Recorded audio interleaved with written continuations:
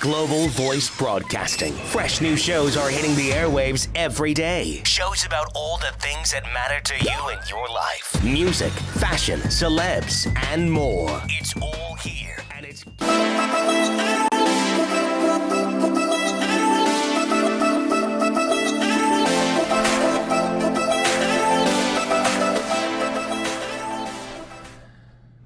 Hey, what's up, everybody? Welcome to Into. This is our live interactive talk show about gay issues. I'm Matt Dempsey. I am your resident psychotherapist. And I'm Jimmy Fowley. I'm a comedian. I'm 30 years old, and I've never been kissed. And we're doing our show for you live, 8 o'clock West Coast time. Make sure to follow us on our social media handles, @IntoShow. And yeah. Guys, anytime something happens slightly, it throws me off so much. That's cool. We get thrown off, and then we get right back on track. Ryan will do the most subtle wrap-up cue, and I'll freeze. And right now, Gabe, who runs the studio, just walked in, and there might as well have been an earthquake. So I was panic. I'm everybody stop. But how awesome that we're doing it live.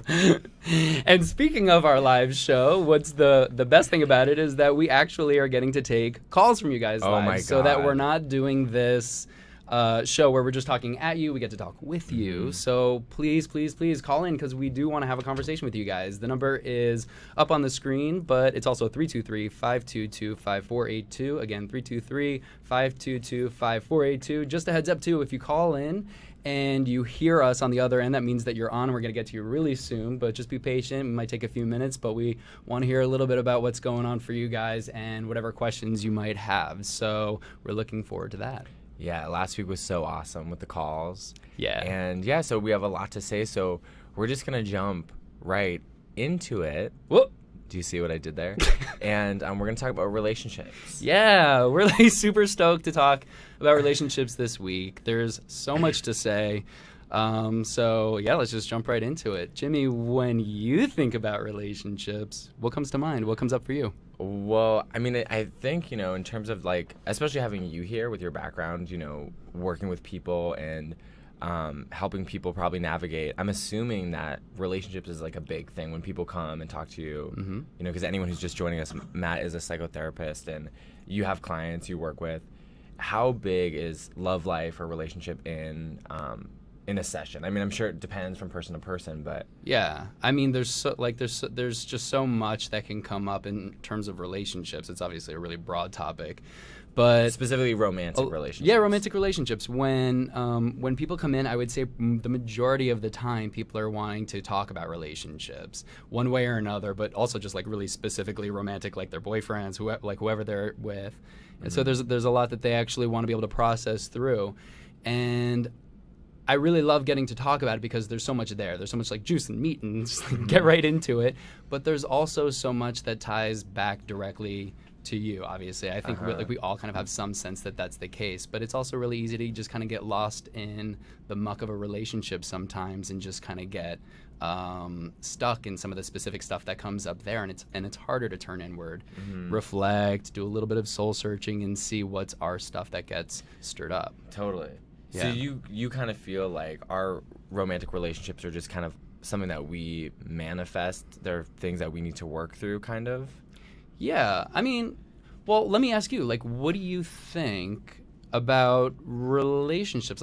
Because I feel like a lot of people have this idea that it can be this kind of magical thing. We meet somebody that we click with and connect with, and it's this automatic, really powerful thing that's almost indescribable. It's some kind of universe totally at play. So I don't know. What are your thoughts about relationships? Well, my last real relationship, long term, I really felt like I was getting high off the relationship. It felt so I was, because I think the big challenge is finding someone who you have those feelings for, who also returns those feelings, because it's you're going to go through, some people are more into you, you're more into some people, and just getting that match. And it was the first time in a long time where I felt like we're on the same page. Yeah. And I think pretty much every day for 9 months. I think at 9 months it started to wear off, the high of it. Yeah. But we were just running on adrenaline. You know, we just wanted to see. So, and I wonder because, I have struggle with addiction, like how much of it is like me checking out of myself with someone else, you know? Yeah. Well, I like that you use the word high, because it is focusing on the fact that we can start using relationships in maybe kind of in different ways than the best ways it can be intended for us. You know, when we start relying so heavily on another person to make us feel a certain way, or the relationship to make us feel a certain way, like we're supposed to feel good and safe and secure because of somebody else, and we rely too heavily on that, then there can be something. I don't want to say that's always addictive, but there can just be some additional problematic thing that can be a part of it. Totally. Like I heard someone talking about like it's really, your focus should be on what you can bring to the relationship. Like if you're having that mental checklist of like, well, did this person do this for me or this, then it's pretty much like a red flag that you're really, you know, going off the tracks with it. And I feel like on my last relationship, that's kind of what it devolved into. Well, totally, because relationships, it's, when you think about it, it's supposed to be about love, right? Like it's supposed to be about how can we actually open our hearts, how can we connect in meaningful and authentic ways, and actually be able to connect through that love. And when we start finding ourselves in relationships, specifically like what you're talking about, this comes up a lot, where people will say like, you know, well, I was doing this and I was doing that and he should have been this way or he should have done that. And we start keeping score. That scorecard means we're not in a place where we're experiencing love anymore, because love is supposed to be a gift, right? Like it's supposed to be, what is it that I can offer that can help make this thing grow? And if I'm keeping score, then that's not a gift, that's a barter. It's what am I going to do for you that I'm going to be able to get it back? And that's coming so much more from a place of fear, not love. It's fear, like, oh yeah, I have to make sure that I've got you here and my needs are being met, and I'm gonna find any way to make sure that continues to happen. As opposed to, I know that I'm enough. I know I'm good enough, and I know that I can show up as best as I can with my heart open and give. And that doesn't mean we don't have boundaries, but it also doesn't mean that we have to have walls, and it doesn't mean that we have to operate from a place of fear within those relationships. Well, it's funny because I wonder how much has to do with parents and how we get raised, because my parents, you know, they were married for like 30 years and they fucking hated each other. Like they just, you know, I think one time I saw my parents hug on a Christmas and it was like chilling. Like I was like, oh my God, they just touched each other, you know? So I don't feel like I have a lot of positive role models. And so growing up, and not to blame it on them, because obviously I'm an adult and blah, blah, blah. Like I don't like that, like always going back to, you know, your parents and using that as a scapegoat. But it is interesting. Totally. Well, but also let me say, too, because it is a fine line to ride when you're going back and you're doing a little bit of excavation from your own history to try and understand maybe how some things got set up in the way that they did in your life. It's so we can go back and have basically a fundamental roadmap to understand where you've come from and how you've learned certain ways of being rationally and irrationally and all the rest. But it's just so we have some idea about that, so we can start connecting dots and just use that conscious context to help us manage some things and start moving in different directions, so we can see changes that we want to make. It's not so we can go back and get mired down in the past and just kind of like, you know, go on and on about mommy and daddy issues and get like stuck in that. Because I could talk about my dad all day, and if you've dated me, you know that we'll spend a good time talking. Or about if you've done a talk show with you, then you've heard a little bit. My friend Kaylin would always make fun of like if I went on a date, she'll be like, did you talk about your dad? Like it was like the date milestone. one. Yeah. That's like that's the leader, right? But so do you think, kind of just like, I know this is a broad question, but do you feel like gay men have a harder time having relationships overall? Is that a fair question to ask? That's a fair question. Obviously, I don't want to make sweeping generalizations, but I will say, yeah, like I do think so. And the reason is because relationships are complicated no matter what. There's always going to be a lot of complexities there. When you have two men who are dating each other, then there's going to be this extra layer of complications that come along with that too. Like, we've grown up in a world that's told us that there's something wrong for just being who we are, that there's something inadequate, broken, deficient about who we are as gay people, as gay men. So that stuff is going to be easily stirred up in a relationship with somebody else, and then there can be a lot of conflict that happens. That, in addition to the fact that there's kind of this, like, there's this interesting, unique experience that when you're dating somebody of the same, you know, sex or, you know, gender, that you are comparing apples to apples. And so it's a little bit different where if it's a man and a woman, there's going to be less of a comparison that can happen. But when two gay guys are dating each other, it's really easy to feel like, oh, you're a reflection of me, and maybe even a reflection of things that I feel like I'm not enough of, you know? How so? Like, you mean they're just projecting? It's easier to project. I think I know what you're saying. Totally. Like, or it's like, okay, here, let me say man. this. Okay, so when I was 20 years old, I would say the first like real love that I had and the first real relationship I had, I got into, and I was so attracted to the fact that he like knew, he was the same age, knew what he wanted to do. He was like an actor, had been doing like theater, he had been doing it since he was like a kid, you know. By the way, Matt is the only person in the world who is excited to date a theater actor. I'll just say for the record. I'm a therapist, so there's stuff to unpack there, but we won't do that today. But anyway, but he was just so on, and it kind of didn't matter what he was doing. He was just, he knew what he was doing, and he was killing it. Yeah. And at 20 years old, I didn't know what I wanted to do. I wasn't on this particular path. No, so I didn't know what I wanted to do. So it was interesting because it was the thing that really attracted me to him, and it was also the very thing that made me feel like I wasn't enough. Wow.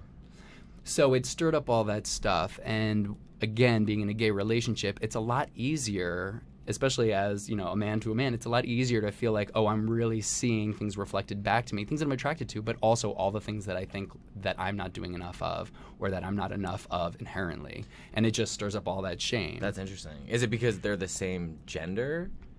Yeah, the same gender, and then there's also the same gender, but then also like a lot of other shared characteristics and traits, and you know what I mean, and you know, kind of like operating from very similar gender norms, Gotcha. you know, so there's just going to be that much more overlap, and it's just easier for us to put ourselves up against each other and feel like we're not measuring up. That's so interesting. Yeah.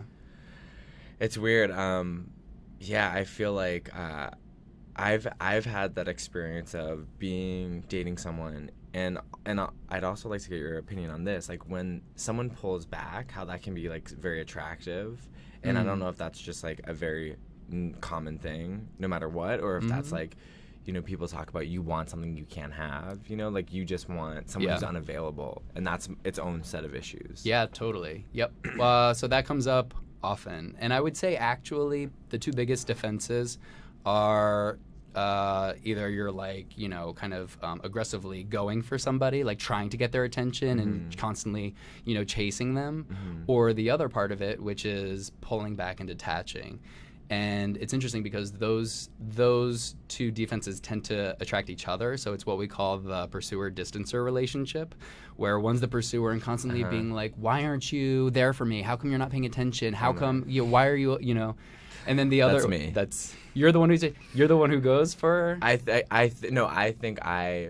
it depends. It's both. I think I like switch between both. That's common. I mean, we could definitely go back and forth between it, but when one person's the pursuer, a lot of times the other one kind of gets thrown into the role of distancer, where he just starts kind of detaching emotionally, not being as available, or even if they're there physically, maybe like not as emotionally present, that kind of thing, because then all of that is just, you know, a means of protecting, and so it can go back and forth, and it just continues to perpetuate that cycle. But I dated this guy last year or a couple years ago, and he was so funny and so cool, and we were working together on something, and so I was spending a lot of time with him, and then like I kind of felt like he thought he was out of my league, so I was like, okay, I'm not really, we were just friends. And then we spent so much time together that we kind of like developed this bond, and then we ended up like hanging out and hooking up, and I liked him so much, and I would play it off so cool. Like, I wouldn't ever text him. I wouldn't ever do anything towards like getting his attention. But I would be upset. I would think about it nonstop. Like, I would stare at my phone. I would, like, you know, like, it was really be trolling intense. on, like, Instagram. Oh, my God. Finding out every like thing. Yeah, really. You're making a joke, but truly that was, what it was. And I played it off so cool until finally, like, I crossed that line or whatever, and I just, like, really was, like, and the more I, like, needed him, the more he just pulled away, and... Yeah, it's like, it's really interesting. It's like, but you would kind of go back and forth and play that game and try to be distant and not be there. Yeah, I would try to be like super. I would play it like on paper, I was so cool, Matt. I was like, take it or leave it. But inside, anyone who knew me, I was like incessantly talking about him. But when you were doing that, he wasn't responding to it. Yeah, and he would text me on his own. I would always make him be the pursuer, like, and he would text me to hang out, and so for a while, like, I was like allowing him to because be the pursuer. Yeah. And it was working for me, and then. But then eventually one day you were just like, F this, and you just went for it. Yeah, I just went for it, and then he was like ran. Yeah. Oh, okay. Yeah. What did it actually feel like when, at the start of it, when you were just pulling back and waiting? You said you were kind of like going crazy behind the scenes. It felt like fake control. Like, it felt like I was like, oh, I'm doing X and that's getting this result. So it felt comfortable, you know, like I didn't feel super vulnerable. Yeah. Because I was only responding to his, you know. Yep. And then once I kind of, this is so random that I'm talking about this, by the way. This is like so personal, but hey. Go for it, yeah. That's the show, y'all. Hello. Meanwhile, like, the guy's like listening, thinking, like, damn it. Like, I love how in my version I he's knew like, he was nuts. But yeah, so then it just felt like control. I felt like fake control. Yeah, totally. Look, that's really, really common, you know, for us to want to find very guarded, defensive, safe ways of showing up for a relationship. And again, a lot of times it can be, how can I be really cool? Like, make sure that I'm like playing it really cool so that they're interested, that they're there, that they're like showing up. And then sure enough, at some point, that's only going to last but so long until eventually the veil drops. And then you just try to be kind of more of how you are, but then at that point you can start to become a little bit more frantic and start chasing and have the other side of that same coin of neuroses and irrational thinking start playing itself out, where we start spinning. And when we start spinning, it's difficult. Obviously, that's not really helping just kind of create the like calm, cool space to allow something to organically grow or not. And that can be the thing that can be really challenging and can be really scary is, well, if I just let things be, then maybe it won't work out. And if it doesn't work out, then what does that mean about me? Totally. How come I wasn't enough? Yeah. Because it's really easy for us to go to that place where we personalize things and we make it about ourselves very negatively, and all that shit gets stirred up. Totally. But how do you not make it about yourself? Because it's so personal. Like, someone is not interested in you. So it's like, it's so you. Totally. You know? I mean, granted, of course, they have stuff going on or whatever, and it's like... Well, but you say all of that, and that's the really important part, but you're willing to just kind of like throw that in as just kind of a sidebar and move back to how it is actually a really personal thing. That's the really important part, is that there's other things going on. There's a myriad of reasons, like a variety of reasons why things might not work out. Jimmy, it's like, I came to you, you know, a few months ago to talk about doing a talk show where we could, you know, talk about gay guys' issues and, you know, and have this kind of thing. You could have easily been like, I don't know. Like, I don't know if I feel comfortable doing that. I've got other projects going on, and I could have taken that as a personal hit and just started spinning like, oh my God, Jimmy doesn't like me. He doesn't want to collaborate with me. But like, you know, on that end that it wouldn't have been about that. But it's very easy for our stuff to get stirred up and to just start spinning in that, and that's the part that is really, really essential for us to be able to check in on and be able to sort through. And that's why we should all be in therapy, so we can do that. This is my therapy, by the way, guys. So if it seems uncomfortable and personal to hear all my stuff, I'm getting my money's worth. No, but it's awesome and it's great. I mean, like, we're kind of joking about it, but you have to get vulnerable. You know, you don't necessarily have to go on a talk show to do it, but totally. You got to get vulnerable in some way and open up about it. And look, this stuff isn't easy. It's really tender. And for a lot of us, we weren't socialized to have these kinds of conversations and to check in on some of the kind of like deeper psychological and emotional stuff. So it's really foreign, and that in and of itself can be intimidating. Do you ever find that you have clients who come to you and they, there's a caller. No, Jimmy. You guys. Wait, hold on. I'm telling you, this is okay. This is real. Okay, we do have a caller, and we're gonna get to the caller in just a hot second. But no, we don't have a caller anymore. He hung up. No, I said ask for callers. Oh, we don't have Ryan, a caller. okay. Oh my God. Here, okay. Guys, do you see? You're witnessing me getting like so thrown. That's why they actually positioned me so I can't see Ryan. So that way I won't like do that constantly. Okay, well, since we're here, we stopped for a moment. We do just want to give a little plug and say call in. Yeah, because we would love. We had a bunch of callers last week, and it was so fun. It was so cool. We love getting to talk to you guys. So definitely call in Yeah. if you have any questions about relationships. We want to talk to you. The number is 323-522-5482. 323-522-5482. And it can also be about questions about like other facets of relationships. Like there were some cool questions on the Instagram about monogamous relationships, or when you're in a relationship that's monogamous and then it opens up. You know what? Actually, why don't we do that? Because we did have a couple really great great questions. They were really great. Really great questions at us. And so yes, the one about monogamy. So at DerekLD85 shot us a question and said, what can you do if your long-term partner who started out monogamous wanted to have an open relationship? So you started your relationship, you decided it was just going to be the two of you, it's exclusive, and then later on, one person decides, hey, we want to open it up. Now, what would you do? What would I do? Yeah. You're a big monogamy guy, right? I am actually. And for me personally, not that I believe that monogamy is the answer for everybody, because it's not. But for me, and I'll also specifically say for where I'm at in my life, particularly right now, I am more monogamy minded.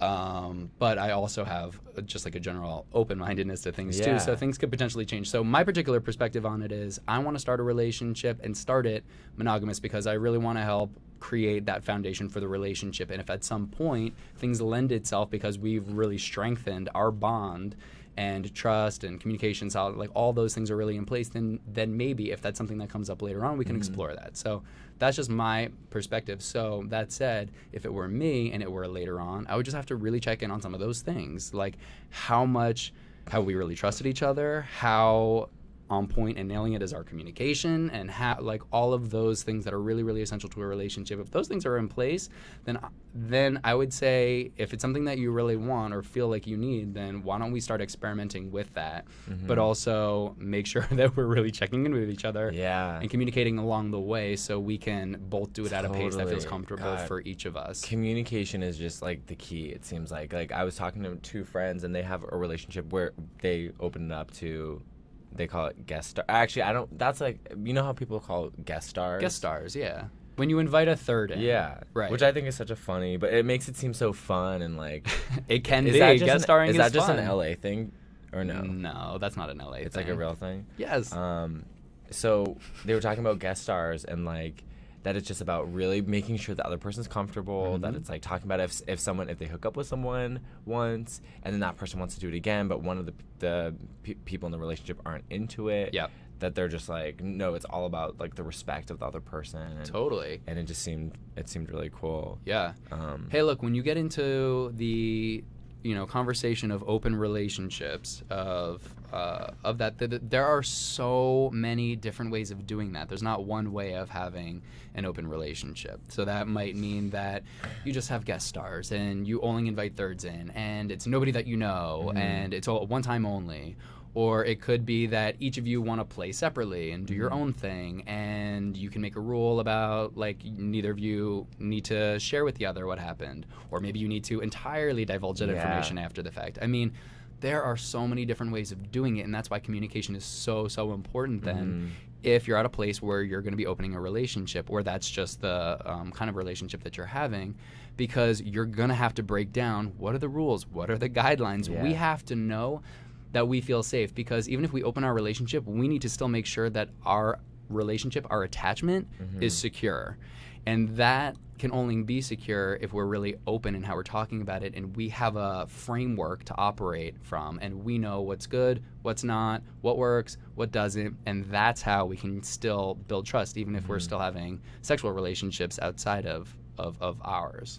Yeah, see, for me, I have such like fear of like abandonment issues that it would be scary for me to like bring in someone else, because I'd be like, oh, I'm afraid the other person is gonna like if I'm dating someone at the time, like, oh, they're gonna fall in love. And I think that might be like a bit of an irrational fear. Well, but that's okay too. It's like, we're always gonna have irrational fears that come up, and as long as we can check in on that and we know we've got some tools on how to manage that, we can talk about it and be vulnerable in our relationships, talk about those things, then that's okay. And if at the end of the day, even if some of these things are irrational, it's okay if you're not comfortable with opening up a relationship, or if you need to close it for a period of time, or if you know, that's why just talking about these things is essential. But so it sounds to me like that you're a little bit more monogamy minded also? I don't know. Like I'm actually into it, but I haven't done a lot of like Into it, are you? That would be so sad if I was just trying to get like how many times can plug. I work into?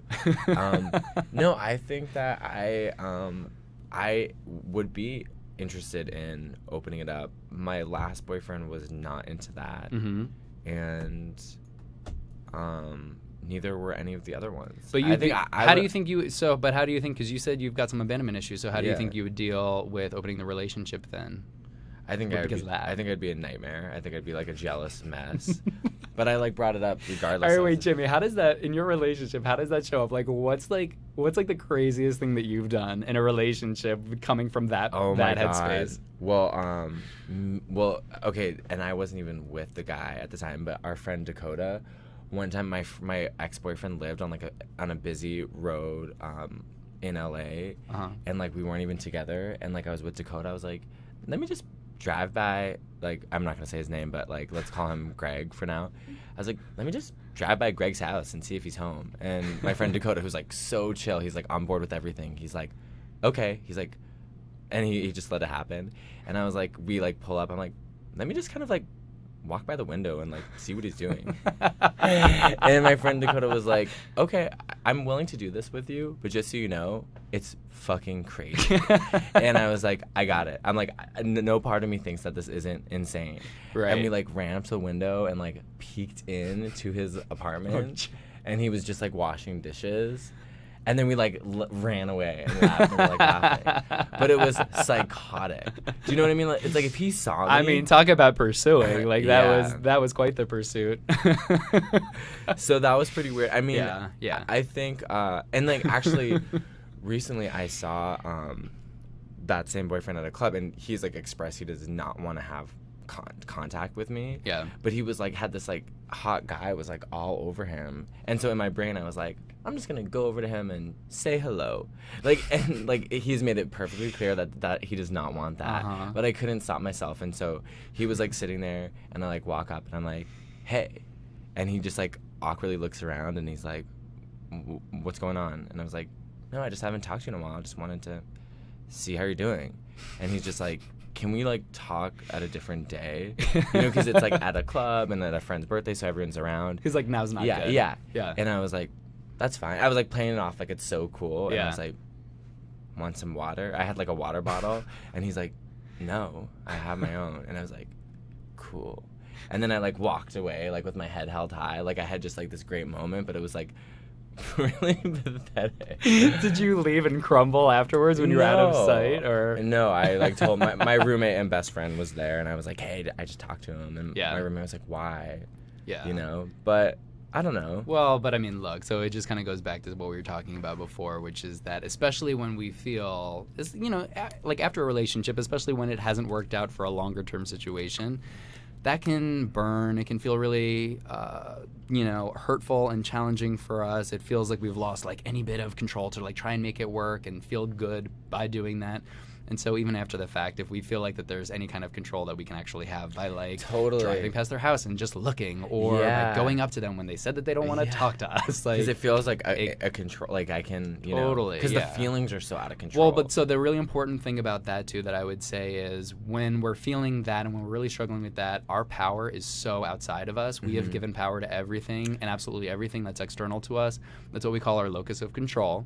And so if it's outside and we rely on other people to make us feel a certain way, or we have to, you know, manipulate situations or any of that stuff, or other people in certain ways, we have given other people our power, and that's problematic. And that's when we have to be able to turn inward and be able to start practicing other means of self-love and bringing that back in and resisting the urge at times to do some of those things. So, obviously it's normal, we all have those moments. No, totally, We all but do I those even thought things. of that, it like felt so out of, like, It's it was so just out like of I you, was like yeah. just like following my, you know, my Totally. feet were leading. Totally. Do you so in that moment, like, because people talk about self-love, but like what can you Yes. do that's like practical in that moment? Yeah. Oh my. Like, so if I'm at a club, like, and I see my ex, like, what do I do? Yeah, if you're at a club and you see your ex and you're having feelings about it, you go to your friend and you say, "Hey, I see my ex. I'm having some feelings about it. Can you go outside with me and take a walk? Or I need to just like vent to you for a minute," because that's you then accessing somebody who is a part of your social support, and you're asking for that emotional support, and you're being vulnerable in the moment, and you're even through doing that, through that vulnerability, you're saying there's nothing wrong for feeling what I'm feeling. I'm struggling, and I need your help, and you're asking for that. That is an act of self-love. Well, what if my best friend's rolling? Well, I'm just kidding. I feel like this is Tristan's question. It would be. Yeah, then No, maybe no. just yeah. Yeah, but no, that makes sense. Like, go for a walk and just Then like go to your other yeah. friend. and just like you know, talk about it. Totally. Yeah. That's great. You You guys, there's some great free advice happening, so give us a call and talk to myself and Matt. But in the meantime, there was actually another cool question that I like. I kind of want to get your opinion on this one too, because I haven't even fully developed mine. But it's at Yael Nava, I think, if I'm saying that right. The question was, what do you think about age differences and how to overcome some of the issues that might bring? Matt, what's your personal view on your how you'll date age-wise? So, again, I'm just kind of open-minded generally, but I would say if I've got any kind of framework, I tend to like to do like a plus or minus 5-year thing. Like, I like that. I feel like that there's not too much of a variation, you know, developmentally with people when it's like a good plus or minus 5. But also, like, my last relationship was a little bit more than that, you know. So I've had experiences beyond that too. Yeah. But, you know. That's interesting. I like that you actually, I had heard Matt say that before. I was like, oh, that's kind of a good, like, just guidelines. I mean, obviously, who you can meet, so, like, that rule could be broken so easily. But, like, even just, you know, kind of not knowing for myself, like, how young is too young? Because sometimes you'll, like, match with these guys on Tinder, and you're like, oh, you're 20. You know what I mean? Like, and it's you know you can set the age limits on Tinder, Jimmy. Okay, I knew I was setting myself up to be. Thank you for calling me out. But at the same time, it's like, in my mind, I'm still 23. Yeah. You know? Yeah. Like, I feel like a 23-year-old. And then I'm like, Totally. oh my God, I'm 30. And then, like, I'm hanging out with someone who's 20, and they're like, absolutely, you're a decade older than me. Well, like, and Jesus it's also Christ. a different thing for us as gay guys too, you know, because depending on when we come out, there can be different experiences. So. But we have a call. We've got a caller. Oh my God, I'm so excited. Yeah, who do we have on the line? Hey, my name is Adam. Hey, Adam, where are you calling from? I'm calling from New York City. Adam, oh my God, you're the My first old person home. from New York City. Yeah, you are our first New Yorker. Adam, what's up? How are you? Good. How you doing? So, good. This is such a great format that you guys are doing. It's fun to watch you guys. Cool, I watched thank last you. night, and I'm sorry if I'm asking something that's been asked tonight already, but I forgot that you guys started already. But so I'm out of a relationship. I'm going to turn this away because I cannot be distracted. I was in a relationship for the first time in a really long time a while back, and it didn't go so well because of the condom issue in the relationship. And I was wondering what your take on it is. Basically, my partner wasn't very agreeable to wearing one, and I kind of gave in to that because I had nothing to worry about. He showed me your test results, everything, all that kind of stuff. And I'm just wondering, how do you tackle that, especially going forward? You know, getting out there in the dating world again. Adam, were you guys monogamous? Yes. Mm-hmm. But so we were together 9 months, but you know, from the get-go, didn't wear a condom, and I brought it up immediately and said, you know, I don't regret anything that happened, but in the future, just, you know, I'd respect if you, as the active participant, would take it upon yourself to, you know, be prepared, because I don't think I'm going to be able to stop you in the act, but just know that I would feel much more, you know, protected and taken care of if we work together. You know. right. Do you mean like you couldn't stop him in the act because you'd be like too into it, kind of? Yeah. Not that he's I'm forcing himself. I'm not really inside somebody of that you. can say no, and who would want to, you know, who wants to stop when you're in the moment? Yeah. It's a Hey, tricky thing. amen. Know that Totally. Yeah. No, look, I mean, just yeah, knowing because that, it can feel kind of like a really unsexy thing. You don't want to be the poopy diaper when you guys are like having maybe that wasn't the best choice of words, but you don't want to be the downer. I feel like you're Tristan. Possibly. But it's a lot more of a challenging conversation to happen in the throes of sex. So it sounds like that was something that you had on even after you already had sex maybe once or whatever, but just to express that. And so inevitably he wasn't, when you mentioned that to him, what was his response? right. So at first it was absolutely, I'm on the same page. It'll not, it won't happen again. Right. Great. And I felt like I was being the boyfriend that I would want to have, bringing up an issue immediately, open lines of communication, that kind of thing. And then as time went on, it was happening again and again and again. He actually never ever wore a condom. And then as we got further into the relationship, found it harder. Well, why would I want to bring this, why do I want to bring this up and plant the seed of doubt? Right. Why is it becoming more of an issue as we get further on if I Right. trust him, blah, blah, blah. But in my head it was that, that kind of trust is obviously earned over time. And especially with everybody doing the prep thing and, cock to the wind these days, like, what would your take or suggestions be in the future? Yes. I'm kind of mad. I'm kind of upset with myself if I made too big of an issue over it, but I feel like I did stick to my guns and it was something that was important to me. Absolutely. So, look, it's really important for us to know what our needs are in a relationship, and if that's something that's really important to you and necessary for you, I think that it was awesome that you were able to bring it up and have that conversation with him. And if it was something that you needed to ask for it, I think that's really great.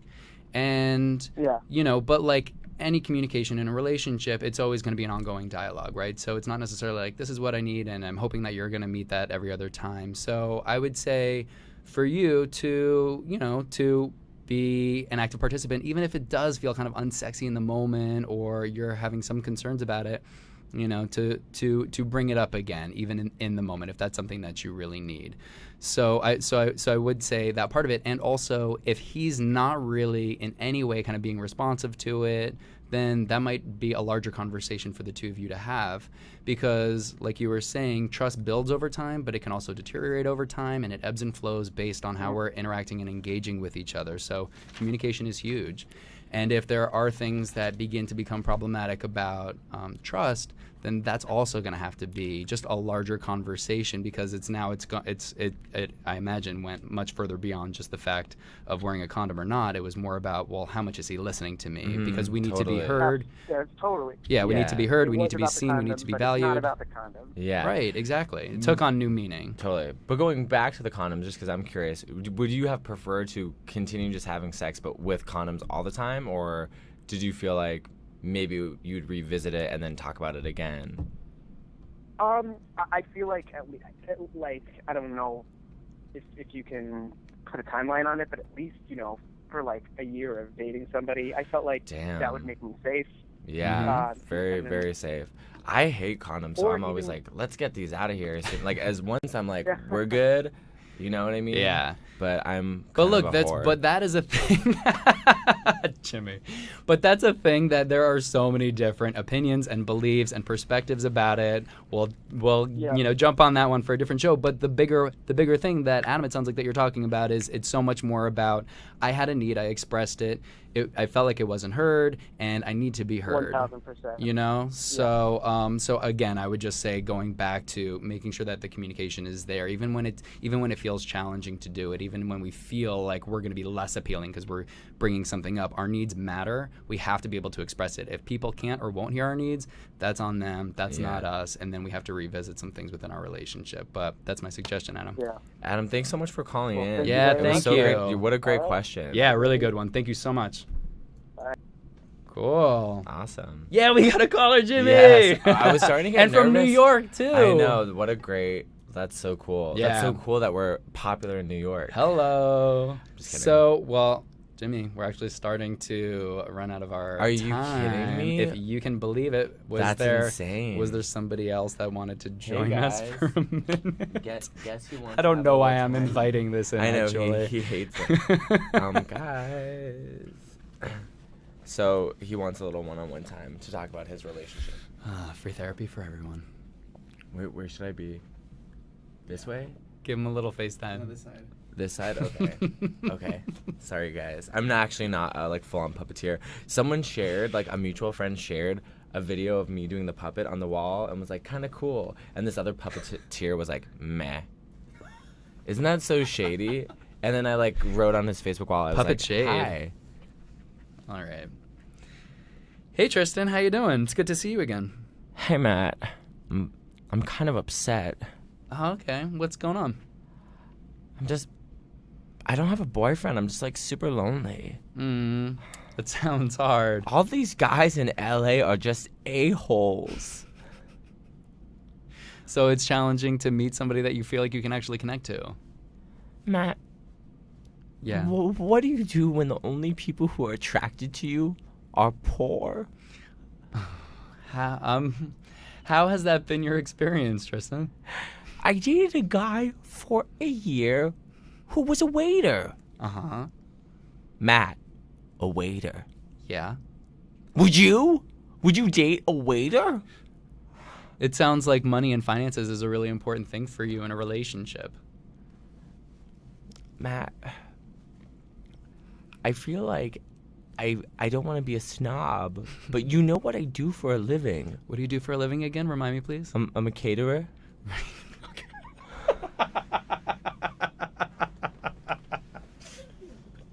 Okay. All right. We're good.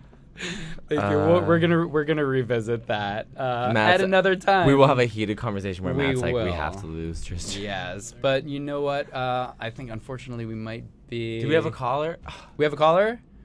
Okay, you know what? Let's just go for it. Let's take do a quick it. call. We're gonna have to do rapid session here. But hello, who's on the line? Hi. Hello. Yeah, hello. What's your name? E. My name is E. I'm sorry, it's Eve. Yeah, E, just like the letter E. Oh, Oh, E. cool. Cool. Hey, E, where are you calling from? By the way, for a second, I so thought you were my roommate playing a prank on us. No. Actually,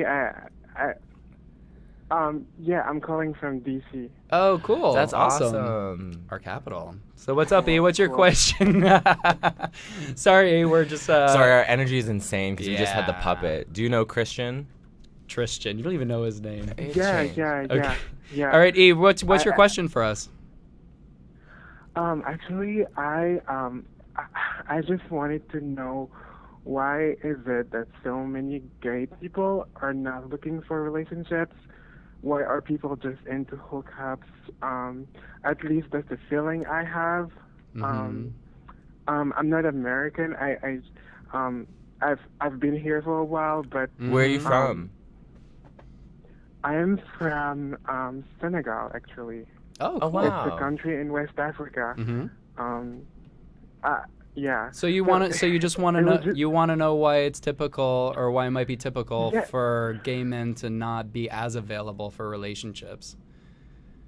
Yeah. And You know, I and think also like yeah. No, I just kind of want to jump in, and we might just have to answer this quickly because we're beginning to run out of time. But I think probably no in problem. a nutshell, but it's such a great question. In a nutshell, I would say it can be particularly challenging for us as gay men to at times be open and available for relationships and specifically intimacy, because it means having to open ourselves up. It means having to be vulnerable and have that part, like just basically open up our hearts, and that can be a really challenging thing to do when we've grown up in a world that has told us that who we are at the core is damaged, that there's something wrong with us. So it's a lot easier for us to put up a front and put up on, kind of for us to wear our masks and have all the really kind of like sparkling, pretty images of who we are, as opposed to really opening ourselves up so we can connect in more meaningful ways. It's a really challenging thing. We've wrestled with a lot of shame, and that's why we need to, really be kind to each other, be loving to each other, support each other so we can all collectively heal, and then also be that much more available for, more meaningful relationships. Yeah. And I don't know if I had a friend use the term gay DD, like ADD, except gay DD. And I don't know what it is, because it's like, everything what Matt said I totally relate to. And I also wonder, for sometimes it feels like everyone's like looking for the next best thing. Like you'll be on a date and like the person on the date is like checking out the guy behind you, and you're like, oh, I'm sorry. Like, I know. By all means, go talk to him. Like That's also very typically LA too, to be looking over shoulders. But in Yeah. general, that happens, and it happens with gay men too, because that's its own brand of defense that keeps us from actually just being present and available for what could potentially be here, because then that's going to be a little bit too vulnerable and too intimate and challenges our shame, and it can be scary. So, but anyway, E, thank you so much. We really appreciate you calling in. You are adorable. Yeah, and that was an Thank awesome. That was you. such a great question. So thank you. And enjoy the capital. Yes. Enjoy it. Enjoy being so close to So the, good to the at soak up the Obamas. goodness for us. Yes, in the remaining days. So anyway, you guys, we're all out of time for our show, but definitely please come back next Monday at 8 o'clock Pacific, where we are going to be having our next show where we're going to talk about social media. Speaking of which, make sure to follow us on social media at Into Show, and you can ask us questions, comment, and we'll definitely take it in consideration, because you guys really dictate the show. I mean, Yes. we really come to you guys for your information, your feedback. Yeah, so, we wanna talk to you. Yeah, we're here for you, and using this as a format. So thank you guys for Totally, watching. yeah. Thank you for watching. So we're all out of time, but just remember, today is a chance to uplift someone else, so we can all rise together. Because if you don't, you're absolute trash.